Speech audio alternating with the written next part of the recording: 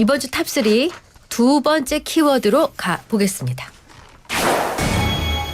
두 번째 키워드는 위인설관 아니고 위인설법입니다.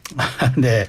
위인설관을 아마 좀 그 패러디해서 만든 것 같습니다. 그러니까 네. 위인설관은 말 그대로 이제 특정인을 위해서 뭐 어떤 직책을 만들어서 준다는 그런 사자성어인데 요즘에는 정치권에선 위인설법 특정인을 위해서 법을 만든다. 이게 이제 이 얘기입니다. 그러니까 잠깐 설명드리면은 이재명 대표의 공직선거법 위반 1심 선고 이후 민주당이 이 선거법을 좀 개정해서 현행 100만 원이면은 이제 출마 못하게 되거나 이제 피선거권이 박탈이 되는데 이거를 10배로 올리겠다. 1000만 원으로. 아하. 그리고 이제 선거법상 허위사실 공표죄, 후보자 비방죄를 아예 없애자라고 이게 묘한 시점에 이 법이 나왔습니다. 김성환 평론가님 어떻게 보세요? 민주당에서도 당황스러워하고 있다는 거잖아요. 왜냐하면 아까 민주당이라고 말씀하셨는데 민주당이라고 하면 안 되는 거예요. 왜냐하면 당론으로 정하거나 당 지도부가 공식적으로 밝힌 내용이 아니거든요. 그러니까 민주당 일부 의원. 네, 그렇죠. 알겠습니다. 박희승 의원이 한 거죠. 네네. 박희승 의원 설명으로는 이런 거예요. 그러니까 판사 시절부터 동료 판사들과 이런 부분에 대해서 문제가 있다 이렇게 네. 인식을 했다고 하고요. 논의를 네. 했었고 그리고 지난 여름부터 법 이제 개정 발의 작업을 준비했다고 하고 그게 뭐 당선 직후잖아요. 네. 법제실에는 9월 초에 검수까지 의뢰한 것이다. 지금 뭐 이재명 대표가 유죄 판결 나고 난 다음에 뭔가 조직적으로 내가 이걸 준비해 가지고 내놓은 것은 아니다 이렇게 얘기를 하고 있어요. 근데 저는 일단 비판적인 얘기부터 먼저 하는 게 더 설득력 있게 들릴 것 같아서 말씀드리면 왜 이렇게 오해 살 만한 일을 하느냐. 그러니까 이게 과연 국민들한테 어느 정도 공감을 불러일으킬 수 있겠느냐. 그리고 또 동료 의원들을 얼마나 모을 수 있겠느냐. 그걸 좀 생각하고 발의했으면 참 좋았을 뻔했다. 이런 생각이 들고요. 그러니까 시익 적절하지 못했다. 이런 거고요. 둘째로는 민주당 처지에서 말씀드리면 허위사실 공표 이거 정말 고무줄 같은 판단이에요. 이재명 대표 문제에서도 저도 뭐 세세하게 얘기하기 시작하면 여러 논란의 소지가 있다고 말씀드릴 수밖에 없는데요. 근데 지금 뭐 그 시간은 아니니까 넘어가더라도 원래 그런 게 있잖아요. 선거에서 돈은 묻고 말은 입은 풀라고 하잖아요. 근데 사실 거꾸로 얘기하면은 왜 국민들이 이재명 대표 유죄 판결 받고 난 다음에도 뭐 여론조사 결과나 이런 것들을 보면 크게 민심이 많이 변화하는 것 같지 않은 조사치가 나오느냐 하면 아니 이재명 대표가 그렇다고 하면 그럼 윤석열 대통령은 뭐가 되는 겁니까? 이렇게 질문하고 있는 거예요. 그러니까 이재명 대표 법인카드 문제 얘기 나오니까 검찰 특활비는 어떻게 되는 겁니까? 그리고 사무팀이 문제가 된다고 사모님 팀이라고 돼 있다고 검찰이 사실 저는 모욕 주기로 이런 식의 발표를 했다고 보는데요. 법인카드 기소하면서 김혜경 씨가 사모님 팀이라는 걸 운영을 하고 거기에서 밥값이나 이런 거 쓴 거 800만 원 넘는 돈도 그것도 부정하게 사용한 돈이라고 했어요. 그럼 김건희 여사가 그러면 사용하는 돈은 뭐가 되는 겁니까? 그러면 전국 지자체장들 그 이른바 사무라고 불리는 그러니까 지자체장의 배우자가 정치 활동을 안 할 수가 없단 말이에요. 네. 그렇게 사용하는 돈들은 전부 다 그럼 다 부정하게 사용한 돈이 되잖아요. 네. 예를 들면 관용차를 타요. 그러면은 유류비를 받아야죠. 이제 앞으로 차비를 받던가. 네. 그렇지 않습니까? 그러니까 그런 식에 대해서 국민들이 계속 반문을 하는 거예요. 네. 그러니까 이 선거법상으로 이런 문제들을 어떻게 정리할 건가 이런 부분에 대해서 고민해 볼 필요가 있다는 거고요. 장전 채우듯이 아마 소송 걸려서 재판받는 거 있잖아요. 그죠? 뭐 저 여러 건의 소송이 있죠. 그러니까 고소소인답습니다. 네. 원외 인사들을 꼼짝 못하게 묶어놓는 조항이나 이런 것들도 논의할 필요는 있다. 알겠습니다. 다만 이거 가지고 자꾸 이재명 대표랑 연결해가지고 의도적으로 민주당에서 뭔가 한다 이렇게 저도 이제 말 좀 너무 해도 돌아가지 될까요? 않았어요. 네네. 하세요. 우리 존경하는 완성형 평론가께서 말씀이 너무 길어 다 좋은데. 네. 네. 저 짧게. 네. 저 이거 무조건 나쁘게만 보지 않습니다. 네. 민주당이 했다고 해도. 이건 정치하는 사람이라면 우리나라 선거법 규제가 너무 강하다는 거 다 동의해요. 그렇죠. 그러니까 이거는 반드시 논의돼야 될 가치는 있어요. 네. 놀랍지 않습니까? 제가 이 민주당 법안도 이렇게 고평가를 하는 게 근데 지금 왜 이제냐 얘기하려고 그만큼 그러죠? 공정하다는 거예요. 네. 그렇지만 네. 모든 정치 행위에는 누가 왜 언제 이런 것들이 따라 붙잖아요. 네. 우리 정부가 보수 진보 할 거 없이 음주운전 범죄자들 전과 있는 분들도 생계형 운전자들일 경우에는 또 일거사면 같은 거 막 해줍니다. 해주죠. 네. 그런데 음주운전자가 이거 사면 해달라 막 요구하면 네. 국민들이 그걸 고깝게 안 보잖아요. 그렇죠. 그래서 이 선거법을 개정해야 된다는 공감대가 정치권에 다 있지만 네. 이게 발의되고 화제가 되는 타이밍이 일단 너무 안 좋아요. 그러니까 꼭 해야 될 논의인데 오히려 이번 발의 때문에 그 순수성이 더 훼손될 수 의심받는. 있어서 네. 요거는 이재명 대표 재판이 어느 정도 일단락되는 내년 이후에 여야가 합의해서 머리를 맞대고 좀 논의를 네. 하면 좋을 것 같습니다. 장전 최고 그 지금 재판하고 있는 재판부가 한번 참고해 주셨으면 좋겠네요. 근데 이거 혹시 그래서. 통과될 가능성은 있습니까? 어떻게 보세요? 아니요, 민주당에서 이것도 공감 아직 아니죠? 전혀 아니죠. 당 차원에서 어. 이걸 이렇게 합시다라고 해야 되는 거잖아요. 자, 그럼 여기서 이제 딴 얘기 좀 넘어가 볼게요. 이제 이 문제는 그렇게 하고. 근데 이재명 대표가 이제 공직선거법 1심 판결을 받아서 이제 어제 또 항소했어요. 근데 이제 우리가 흔히 얘기하는 전관 변호사로 이제 뭐 변호인을 교체하는 방안 이것까지는 뭐 그럴 수 있다고 치는데 법률 지원 당에서 다 지원하고 그다음에 이재명 대표 법률 지원 그 의원이 이제 변호사를 맡아서 한 사람을 지명하는 이균택이 아마 지명한 것 같은데 이런 경우가 있습니까? 김성환 평론가? 아니요, 이거는 한동훈 대표한테 물어봐야 돼요. 왜요? 왜냐하면 이번에 선거법 최종 확정 유죄가 판결 나면 지난 대선 때 민주당에서 선거 비용으로 썼던 거 434억 원 다 회수된다고 얘기를 하잖아요. 네. 그러니까 당 차원이 문제되는 거 아니에요? 그렇지 않습니까? 이재명 대표 개인의 의원직 상실이 문제가 아니라 네. 당사가 지금 당사가 이거보다 싸다 그러거든요. 제가 듣기로는 당사가 한 300억 원대래요. 400이 안 된대요? 왜 당사를 팔아도 안 되는 돈이라고 얘기하는데 40억. 300살. 네? 그러니까 그 민주당 입장에서는 대응을 안 할 수가 없잖아요. 그거 가지고 이재명 대표 개인의 문제다 이렇게 하는 거는 맞지 않고요. 그 이재명 그 대표가 그냥 지금의 당대표뿐만 아니라 당대표이기도 하지만 앞으로 차기 대선 주자인데 이걸 법률적으로 대응하는 문제를 시비 삼기는 좀 어렵지 않을까 싶어요. 네. 네. 자, 다음 주 월요일인 25일 이 대표의 위증교사 1심 선고가 있습니다. 뭐 조심스럽긴 하지만 그래도 뭐 평론을 하는 분들은 예측을 하는 것을 숙명으로 삼지 않습니까? 두 분의 그 추측, 예상 어떻게 되시는지. 저는 징역 1년 6개월. 네. 집행유예 없는 아, 그래요? 생징역.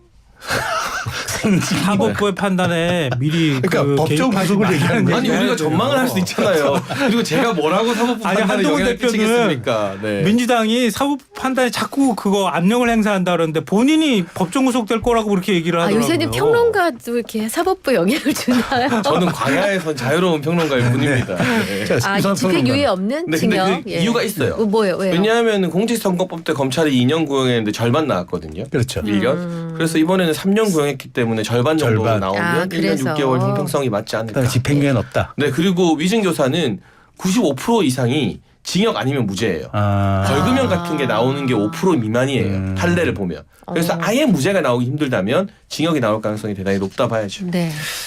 저는 한동훈 대표한테도 묻고 싶고요. 지금 장전 최고께도 좀 여쭤보고 싶은데 이재명 대표가 통화했다고 하는 통화 녹취록 그거 다 혹시 읽어보셨어요? 다 듣기는 어려웠을 것 네, 같아요. 읽어는 봤어요. 네. 거의 읽었을 때 어떤 느낌 받으셨어요? 아, 위증을 이렇게 교사하는구나. 저는 왜 정반대로 받아들였죠? 김진성 비서관이 엄청난 압박감을 느꼈겠다.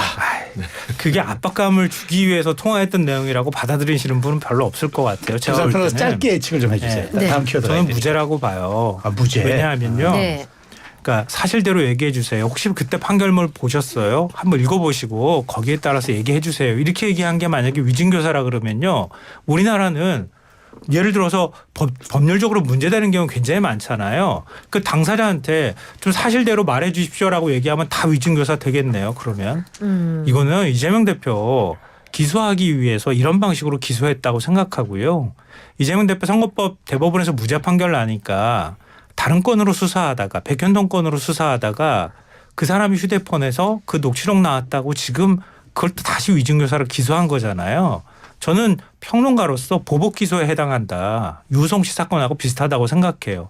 검찰이 집요하게 이재명 대표 죽여야 되겠다고 하는 판단 아래 이루어진 일이다. 이거를 사법부가 유죄 판결 내리면 나중에 논란이 크게 될 것 같다 알겠습니다. 생각해요. 한 분은 물론 1년 6개월. 네. 진짜 짧게 할게요. 우리 김성환 평론가님의 의견도 제가 존중합니다. 그렇게 볼 수도 있죠. 근데 사실상 본인의 처벌까지 감수하면서 내가 그 영향으로 사실상의 어떤 이재명 대표에게 유리한 증언을 했다라고 자백을 하고 있는 상황이라서 이게 아마 유무죄 가르는데 좀 결정적 변수가 될 것 같습니다. 다른 사건에도 관계가 돼 있었기 때문에 이번 사건 가지고 그렇게 얘기했다고 하는 반론도 있습니다. 알겠습니다. 네, 네.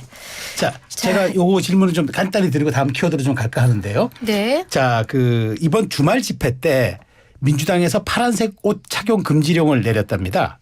네. 이걸 어떻게 보시는지. 그러니까 요게 어떤 의미냐. 그러니까 이게 약간 위장 전술이라는 얘기도 있고 아니면은 민심 확대라는 얘기도 있어요. 이 두 가지 중에 어떤 의미가 있는지. 아니 무슨 군인입니까? 위장부 입고 나오게. 아니 그러니까 두 가지. 민심 확대냐 위장 전술이냐. 네. 민심이겠죠. 민심을 민심 보고 확대. 있는 거죠. 왜냐하면 집회를 하는데 좀 여러 가지 뭐 정치적 사안이 혼란스럽기도 하고요. 네. 민주당 입장에서는 좀 탄핵 집회는 아니지만 어찌됐든 김건희 여사 특검법 통과시켜야 되겠다고 하는 그걸 국민들이 여론을 보여주는 자리잖아요. 근데 민주당 집회로 이렇게 협소가 좁아지잖아요. 그러니까 참가하고 싶은 국민들 뭐 나는 민주당 지지하지 않지만 이건 부당해라고 생각하는 국민들이 나올 때 거부감을 느낄 수 있잖아요. 그런 면에서 민주당 집회라고 보여지지 않도록 하는 게 좋겠다. 이런 식으로 판단하는 거지. 그걸 가지고 다른 정치적으로 가지고 어떻게 하겠어요. 장치가 어떻게 보세요? 그러니까 저는 그만큼 지금 민주당 집회가 어렵다라는 반증으로 봅니다. 어렵다. 그러니까 알아서 사람 잘 모이면 네. 뭐 파란색을 입어라 말할 필요가 없어요. 그냥 사람이 잘 모이는 거 그 자체가 호재인데 여러 번의 집회를 하고 심지어는 민주노총과도 연대해서 집회를 했는데 사람이 전주보다 더 줄어들었거든요. 네. 그러니까 이재명 대표나 민주당 입장에서는 어떻게든 새를 불리기 위한 눈물겨운 노력이다. 그러니까 이런 이 파란색을 입지 말라는 것 자체가 집회가 폭망하고 있다는 증거다로 요약하겠습니다. 폭망의 이론이다. 근거다. 새로운 이론이군요. 알겠습니다. 자, 이번 주 탑3 이제 세 번째 키워드로 가보겠습니다. 세 번째 키워드는 명태균의 소환입니다. 명태균 씨가 이제 구속이 되어서 이제 지금 검찰 조사를 받고 있는 상황인데 새로운 이제 또 그 녹취가 하나 나왔습니다. 그러니까 명 씨가 재작년 지방선거 당시 이제 김진태 강원도지사 공천에 개입했다 주장하는 녹취인데 뭐 내용은 이렇습니다. 김진태는 뭐 내가 살려줬다. 컷오프 그렇기 때문에 컷오프에서 내가 다시 경선 기회가 부여된 거다. 이렇게 얘기 나오는데 이거 어떻게 봐야 됩니까, 정치? 그러니까 저는 이 사람의 허풍에 우리가 이렇게 몰려갈 필요가 전혀 없다고 생각을 합니다. 네. 뭐 명태균 씨가 내가 대단한 사람이다 과시하고 그 과시를 기반으로 경남 지역에서 뭐 일부 정치인들이나 후보자 지망생들에게 뭐 돈을 편취했다 이런 것들이 지금 정치자금 수사의 핵심인 네. 것이지 이 사람이 주변 사람들을 홀리기 위해 그리고 자신의 영향력을 과시하기에 이것도 내가 했고 저것도 내가 했고 아니, 대한민국 정치의 핵이 명태균입니까?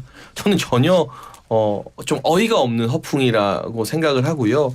워낙 한때라도 잠깐 네. 이제 대선 후보 지금의 대통령에게 뭔가 통화를 할 수 있고 조언을 했던 사이라서 이 정도 화제가 된 것이지 김진태 전 지사 같은 경우는 그 당시에 단식 농성을 했어요. 그렇죠. 네. 그리고 그 단식 농성으로 인해서 당내에서도 경선 기회는 줘야 된다는 게 일반적이었습니다. 네. 예를 들면 김하는 게 좀 이상한 상황인데 억지로 경선을 붙여준 거면 외부의 압력이나 뭔가가 작용될 네. 수도 있었겠지만 그때 정치권의 기사나 여론을 찾아보면 김진태 컷오프가 더 이상하다.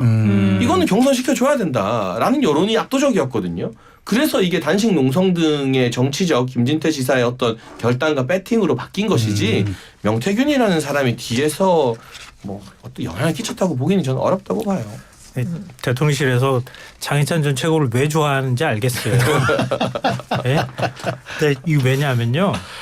2022년 5월 9일 윤석열 대통령 녹취록이 공개가 됐잖아요. 네. 그때 김영선 해줘라라고 얘기했다고 하잖아요. 그렇죠? 네. 근데 이게 언제 있었던 일입니까? 2022년 4월에 있었던 얘기입니다. 그럼 대체 명태균 씨가 뭐라고 대통령이 전화도 받아주고 김영선 해줘라라고 얘기했겠어요? 근데 그 당사자가 얘기한 거예요. 그게 첫 번째고요. 두 번째로요. 공간이 구성에 대해서 구체적으로 얘기를 해요. 이 녹취록 보면. 공간이가 11명으로 구성되어 있는데 3명은 공천해주라고 하는데 8명이 공천을 반대한다. 이렇게 얘기하는데요. 당시에 이준석 대표 그러니까 그 당시 공간이가 이준석 대표 되고 난 다음에 그러니까 5.18 문제 특히 김종인 비대위 체제에서도 그렇지만 5.18 문제에 대해서 폄훼하거나 이런 거에 대해 굉장히 민감하게 예민했어요. 대응했어요. 네. 김진태 의원이 그것 때문에 사실은 컷오프 된 거거든요. 네. 근데 4월 14일 날 컷오프 됐던 사람이 나흘 만에 갑자기 살아 돌아왔어요. 근데 바뀐 건 없어요. 중간에 단식했다는 거하고 사과했다는 거 한마디밖에 없어요. 네. 당시 언론 찾아보시면 알겠지만 다 이상하다고 했어요. 그 공천. 근데 명태균 씨가 그러잖아요. 당시 한기호 공관위원이 아마 당 사무총장이었을 거예요. 아니 해줘야 되겠다고 얘기를 하는데 대통령하고 얘기를 해야 된다. 이렇게 했다고 하는 내용까지 들어가 있어요. 거기에. 근데 명태균 씨가 혼자 허풍을 이런 식으로 한다고요. 그거 아닐 겁니다. 이 정도 구체적으로 얘기할 수 있는 사람은 아마 우리나라에서 노벨상 받은 작가도 이렇게 쓰기는 어려울 거예요. 제가 볼 때는. 이건 구체적으로 아는 사람 아니면은 이런 식으로 말하지 못합니다. 근데 사실 명태균 씨랑 제일 가까웠던 분은 이준석 의원 아닌가요? 이준석 의원이 얘기를 좀 잘 풀어주면 모든 궁금증은 해소가 될 것 같아요. 저도 이준석 의원한테 물어보고 싶어요. 네. 이준석 의원이 알고 있는 얘기가 굉장히 많을 거라고 봅니다. 실제로 또 많이 알고 있다고 하는 내용이 계속 기자들 사이에서 돌고 있다고 저도 듣고 있거든요. 그러니까 이준석 대표가 뭔가를 얘기할 수 있고 더 스모킹건이 될 만한 걸 갖고 있는데 공개를 못하고 있다는 건데요. 네. 물어보면 대답해 줄게 정도 수준인 것 같아요. 근데 검찰이 김종인 전 비대위원장하고 이준석 대표 여기 그 창원 뭐 전담팀에서 이쪽 서울 동부지검에다가 서울 출장소 만들어가지고 조사한다는 얘기 나오잖아요. 아마 조사는 할 겁니다. 근데 이준석 전 대표가 이 문제와 관련해서 아니 이때 어떤 일이 벌어졌는지 이제는 얘기해야 된다고 저는 생각해요. 많은 자, 걸 갖고 있다고 생각합니다. 그래서 이준석 의원이 네. TBS 라디오에 나와서 네. 한마디 하긴 했는데 청개구리 본성이 있는 윤 대통령이 명태균 씨의 말은 잘 듣고 나하고 김종인 위원장이 얘기하면 정반대로 하더라 이런 얘기를 했습니다. 장채고 이게 무슨 의미인가요? 그러니까 이게 그냥 경선 초기 때 이야기를 다시 이 리바이벌 시키는 거죠. 화제를 돌리기 위해서. 2022년도. 네, 그러니까 저는 이준석 의원이 명태균 씨와 뭐 윤석열 대통령 같이 만났다 하는 것들은 전부 다 대선 있기 전 시전의 일들이거든요. 네. 그러니까 그 이후 대선 이후에 있었던 또는 대통령 선거가 끝나고 있었던 지금의 여러 공천 개입한 거 아니냐는 논란과 대선 경선 초기에 이준석, 김종인, 윤석열 대통령 그리고 명태균 씨가 이 나름의 중간에 메신저 역할을 하면서 이런저런 연락을 주고받았던 거를 섞으면 안 돼요. 이런 사건일수록 시기를 구분짓는 게 중요하잖아요. 그래서 지금 이 경선 초기에 명태균 씨가 윤석열 대통령과의 메신저 역할을 잘했다. 라는 부분을 2022년에 당선 이후에 공천 개입 때 명태균 씨가 대통령에게 어떤 역할을 받았다는 것과 섞는 것은 사실관계를 왜곡하는 알겠습니다. 거죠. 그건 좀 구분할 필요가 자, 있습니다. 마지막 이제 짧게 가야 되겠습니다. 명태균 씨가 그 실질적으로 운영했던 미래한국연구소가 오세훈 서울시장을 위해 미공개 여론조사를 하고 제3자로부터 돈을 받았다는 폭로가 나왔거든요. 오 시장 측은 물 즉각 부인하긴 했습니다. 그러니까 관련 자료를 지금 검찰은 분석하고 있다는데 김성환 평론가께서 이 글쎄 사안 이것도 어디까지 됐는지 계속 구체적으로 내용이 나오는데요. 그러니까 당시 4.7 재보궐선거잖아요. 서울시장 보궐선거 네. 때 명태균 씨가 여론조사를 돌렸다는 거 아닙니까? 네. 25번 돌린 것 중에서 13번이 직접적으로 관련이 되어 있는 비공개 조사다 이런 얘기가 나오는데요. 지금 모 재력가라고 하는 김모 씨 오늘 저도 실명을 좀 듣기도 했는데요.